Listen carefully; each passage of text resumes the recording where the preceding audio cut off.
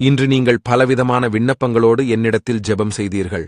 என் குழந்தைக்கு உடல்நிலை நன்றாக வேண்டும், என் மகளுக்கு திருமணம் நடக்கணும், எனக்கு ஒரு குழந்தை பாக்கியம் வேணும், என்னுடைய கணவருக்கு சுகம் வேணும், என்னுடைய மகனும் குடிப்பழக்கத்திலிருந்து விடுதலையாக வேண்டும், நான் இந்த கடன் பிரச்சனைகளில் இருந்து விடுதலையாக வேண்டும் என ஏதோ ஒரு விண்ணப்பத்தோடு நீங்கள் காத்திருக்கிறீங்க. உங்களின் ஜெபத்திற்கு நான் பதில் தருவேன். இன்று நீங்கள் செய்த விண்ணப்பங்களின்படியே இன்றே உங்களுக்கு ஒரு அற்புதம் நடக்கும். நீங்கள் துக்கத்தோடு என்னிடத்தில் ஜெபம் செய்தீர்கள், அதனால் உங்களுக்கு ஒரு சந்தோஷமான காரியம் காத்துக் கொண்டிருக்கும். உங்களுக்கு வேதாகமத்திலிருந்து ஒரு உதாரணத்தை சொல்லுகிறேன்.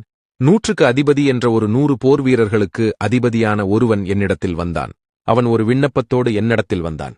அவன் என்னை நோக்கி, ஆண்டவரே, என் வேலைக்காரன் வீட்டிலே திமிருவாதத்தினால் பாதிக்கப்பட்டு கொடிய வேதனைப்படுகிறான். அதனால் அவன் சுகமாக ஒரு வேண்டுதலோடு உங்களிடத்தில் விண்ணப்பம் செய்கிறேன். அவனை குணமாக்குங்கள் என்று கேட்டான். அப்பொழுது கர்த்தராகிய நான், நீ போ, நான் வந்து அவனை குணமாக்குகிறேன் என்றேன். அவனோ இல்ல, இங்கிருந்து ஒரு வார்த்தை சொன்னாலே போதும், வீட்டில் இருக்கிற வேலைக்காரர் சுகமாயிருவான் சொன்னான். உடனே எனக்கு ரொம்ப ஆச்சரியம், இவ்வளவு பெரிய விசுவாசமான அதிகாரியா என்று சொல்லி, சரி நீ போகலாம், நீ விசுவாசித்தபடி உனக்கு ஆக கடவுது என்றேன்.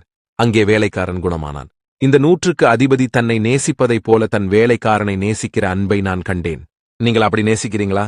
உங்க மாமியாரை உன்னுடைய தாயை நேசிக்கிற மாதிரி உங்களால நேசிக்க முடிகிறதா? உன் மருமகளை உன்னுடைய சொந்த மகளைப் போல் நேசிக்க முடிகிறதா? அதற்கு நீங்கள் உன்னிடத்தில் அன்பு கூறுவதைப் போல பிறனிடத்திலும் அன்பு கூற வேண்டும். அன்பு இல்லாவிட்டால் நீங்கள் தேவனாகிய என்னை அறிய முடியாது. தேவனாகிய நான் அன்பாகவே இருக்கிறேன். இந்த அன்பு இல்லாவிட்டால் சமுதாயத்தில் பிரச்சனை, குடும்பத்துல பிரச்சனை, வேலை செய்யற இடத்துல பிரச்சனை, அண்ணன் தம்பிக்கு கிட்ட பிரச்சனை, எல்லா விதமான பிரச்சனைகளும் வந்துகிட்டே இருக்கும். நான் சொல்லுகிறேன், அனைவரிடத்திலும் அன்பு செலுத்த வேண்டும்.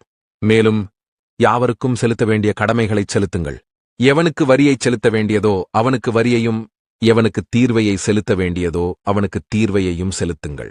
எவனுக்கு பயப்பட வேண்டியதோ அவனுக்கு பயப்படுங்கள். எவனைக் கணம் பண்ண வேண்டியதோ அவனைக் கணம் பண்ணுங்கள்.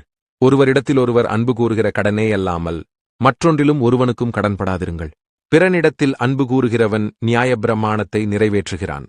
எப்படியென்றால், விபசாரம் செய்யாதிருப்பாயாக, கொலை செய்யாதிருப்பாயாக, களவு செய்யாதிருப்பாயாக, பொய்ச்சாட்சி சொல்லாதிருப்பாயாக, இச்சியாதிருப்பாயாக என்கிற இந்த கற்பனைகளும் வேறே எந்த கற்பனையும், உன்னிடத்தில் நீ அன்பு கூறுகிறது போல பிறனிடத்திலும் அன்பு கூறுவாயாக என்கிற ஒரே வார்த்தையிலே தொகையாய் அடங்கியிருக்கிறது. அன்பானது பிறனுக்கு பொல்லாங்கு செய்யாது.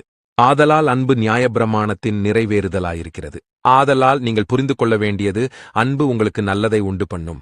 அன்பு செலுத்துங்கள், நீங்கள் பூமியில் வாழும் வரை சந்தோஷமாகவும் ஆசீர்வாதமாகவும் வாழுங்கள். அனைவரையும் நேசியுங்கள்.